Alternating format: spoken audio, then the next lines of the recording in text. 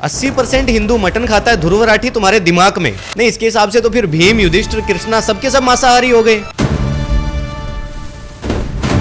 नहीं, श्री राम तक को नहीं बख्शा गया उस वीडियो में। मांस खाने और न खाने में गरीबी और अमीरी का क्या लेना देना। शंकराचार्य कह के थक गए कि योगी जी सबसे बड़े मांस एक्सपोर्टर हैं। दोस्तों, ध्रुव राठी के इस वीडियो में न केवल केरला टू स्टोरी को एक्सपोज किया गया है, साथ में हिंदू धर्म, महाभारत, रामायण, श्री राम, कृष्णा, बहुत सारी चीजों के ऊपर बात हुई है। अब उन सब चीजों को देख करके सवाल उठना वाजिब है, तो क्यों ना फैक्ट चेक कर लिए जाएं।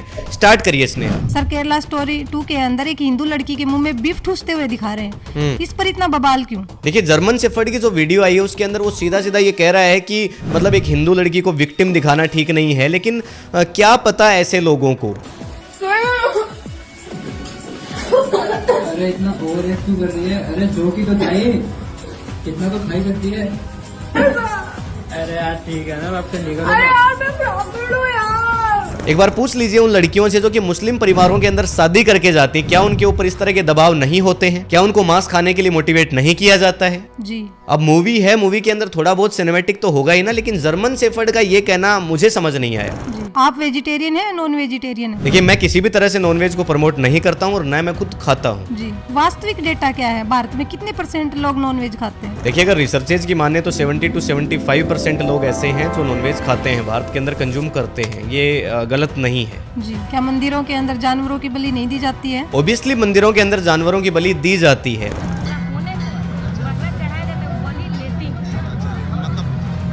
बिना अक्षत केवल दिया जाता है ना, उसको बकरे काटा नहीं जाता है। और एक्चुअली में तो मेरा खुद का ये सवाल है इतने सालों से, वो ये तो अच्छी बात है कि आज हम ये वीडियो रिकॉर्ड कर रहे हैं कि आखिर कौन हैं वो लोग जो अपने आप को हिंदू होने पे गर्व महसूस करवाते हैं और फिर जानवरों को काट करके खाने को एक प्राउड मोमेंट समझते हैं। हिंदुओं के मंदिरों के अंदर भी बलि दी जाती है, राष्ट्रिज्म के नाम के ऊपर भी बलि दी जाती है। तो ये तो एक एक्चुअल बड़ा सवाल है। इसमें तो कोई बहुत बड़ा सवाल नहीं है कि हिंदू मीट नहीं खाते हैं या खाते हैं, तो सब जग जाहिर है सारी चीज़ें। जी। क्या महाभारत में मांसाहार को ठीक माना गया है? देखिए, महाभारत के अंदर साफ संदेश है कि अहिंसा परमो धर्म है, अहिंसा ही परम धर्म है। जी। जब अहिंसा ही परम धर्म है तो मांस खाना सही कहाँ से हो गया? जी। उस वीडियो में कहा गया है कि जब पांडव वन में रहते थे तो मांस खाते थे। हाँ, देखिए, उस वीडियो के अंदर हिरण का जिक्र किया गया कि भाई 1 साल लगभग कुछ महीने तक उन्होंने हिरण का सेवन किया। पर साल और 8 महीने इमेजिन करो, पांडव इतने लंबे समय तक हिरण का मांस खा रहे थे कि जंगल में हिरण ही खत्म होने लग गए। बात यह भी है कि वो जब क्षत्रिय थे, यानी कि जब वो युद्ध लड़ते थे, तो युद्ध लड़ने वाले लोगों के लिए तो हिंसा एक तरह से परम धर्म कहाँ हुआ?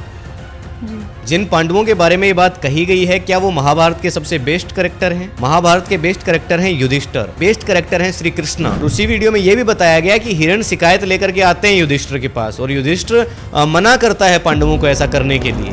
उनके पास आते हैं और कहते हैं कि उनके भाइयों ने इतने सारे हिरणों को मार डाला है और अब केवल वे शेष बचे हैं। वे युधिष्ठिर से अनुरोध करते हैं कि उन्हें बीज की तरह रहने दे ताकि वे फिर से बढ़ सके। युधिष्ठिर को दुख होता है और फिर वो अपने भाइयों से कहते हैं कि हम 1 साल और 8 महीने से उन पर निर्भर होकर खा रहे हैं, अब हम काम्यक वन में चलते हैं। जी। भीम के बारे में कहा जाता है कि भीम विशालकाय थे, वो मांस का सेवन करते रहे होंगे। तो क्या भीम सर्वश्रेष्ठ कैरेक्टर है महाभारत का? क्या हमारे परिवार में कोई गलतियां नहीं कर देता है? पर इसका मतलब ये नहीं है ना कि हम भी उन गलतियों को दोहराएं। हो सकता है युद्ध का समय रहा होगा, परिस्थितियां कुछ ऐसी रहती होंगी कि खाना समय पे नहीं मिल पाता होगा। जी। तो इसका मतलब ये मान सकते हैं कि पांडवों ने मांस खाया?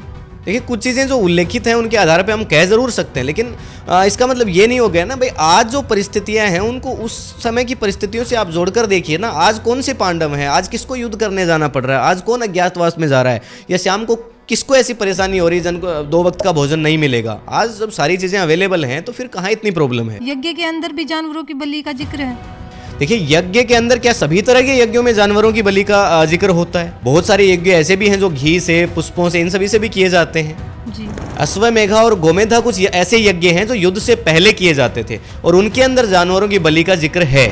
लेकिन बात यह है कि जब आप इतना बड़ा नरसंहार करने जा रहे हो युद्ध के अंदर, तो वो एक तरह से वो अपने मन की शांति के लिए आप करते थे कि भाई आप एक तरह से देवताओं को प्रसन्न करने के लिए। हालांकि मैं ये नहीं कह रहा कि उससे देवता प्रसन्न हो जाते थे कि आप एक जानवर की बलि दे दोगे तो ऐसा होगा, पर वो अपने मन की संतुष्टि के लिए वो लोग ऐसा कर लेते थे और वो किसी भी तरह से सही नहीं था। जी। बाद में सारे फैक्ट्स को मैनिपुलेट कर दिया गया, जबकि बलि का मतलब है कि क्रोध, ईर्ष्या, इन सब चीजों की बलि दे देना। आज भी जब होलिका दहन होली के ऊपर होता है तो हम कहते हैं कि हम अपने क्रोध, ईर्ष्या, इन सब चीजों की उसके अंदर बलि देते हैं, एक भाईचारे का संदेश देते हैं। तो वो भी मतलब एक बलि का होता है। जी। क्या रामायण में कभी सीता मैया ने गंगा मैया से ये कहा कि वो मांस चढ़ाएंगी? देखिए, बहुत सारी, पहली बात तो ये उन चीज़ों को उठाया गया जो कि एक तरह से इनमें कंट्रोवर्सीज हैं। कुछ हिंदी अनुवाद हैं वो कुछ और कहते हैं, कुछ हिंदी अनुवाद हैं वो इस तरह की बात कहते हैं।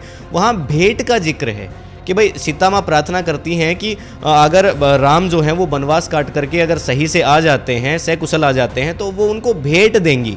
अब भेंट के अंदर बहुत सारी चीज़ें हो सकती हैं। जी, मांस का नाम नहीं लिया। उसमें कई अनुवादों के अंदर मधु, सुरा और मांस का जिक्र है। लेकिन सीता मैया तो राम और लक्ष्मण के साथ थी ना, तो वो अकेले पीछे से प्रार्थना कैसे करेगी? ये प्रकरण देखिए उस समय आता है जब भगवान राम को एक तरह से नदी पार करनी थी, गंगा नदी को पार करना था। तो उस समय ये प्रार्थना है, सीता माँ के मन में ऐसी चीजें चल रही होती हैं। जी। मनुस्मृति में मांस को शुद्ध करके खाना ठीक माना गया है। नहीं, उसी मनुस्मृति के अंदर अहिंसा परमो धर्म भी तो माना गया है, उसको क्यों नहीं मानते आप? वहाँ ये भी तो मेंशन है जो अहिंसा का पालन करता है उसको ज्यादा पुण्य मिलता है। जी। और अगेन फिर से वो विशेष परिस्थितियों वाली बात आती है कि भाई आप ऐसी स्थिति में फंसे हो जहां आपके पास कुछ नहीं है, मरने के सिवा दूसरा कोई विकल्प नहीं है। ऐसी परिस्थितियों में आप शुद्ध करके उसका भक्षण कर सकते हैं। उसको केवल एक जान बचाने का उपाय बताया गया है। और मनुस्मृति जो है वो एक तरह से जो पीछे की जो चीजें हैं, जो इतिहास है, उसका एक आईना है, यानी कि कैसी कैसी चीजें रही होंगी।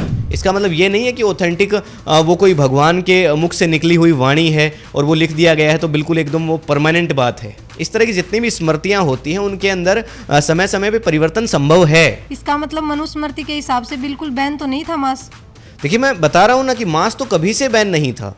मांस तो एक तरह से आज मांस बैन है क्या आज हिंदू मांस का सेवन नहीं करते? वीडियो के शुरू में ही मैंने आपसे ये कहा कि हाँ, लगभग 70 से 80% लोग मांस का सेवन करते हैं। जी। लेकिन सवाल ये कि क्या वो सही है? और दूसरा सबसे बड़ा सवाल हिंदू लड़कियों और महिलाओं को लेकर के है। क्या समाज में सारी हिंदू लड़कियां मांस का सेवन करती हैं? नहीं करती। हाँ, तो मैं यही कहने का प्रयास कर रहा हूँ। वो जो फिल्म है तो वो तो उसी चीज पे आधारित है ना। जी। क्या रामायण में भगवान राम के मीट खाने का जिक्र है? देखिए, राम भी क्षत्रिय हैं, वनवास के अंदर हैं, वन में रह रहे हैं। जी।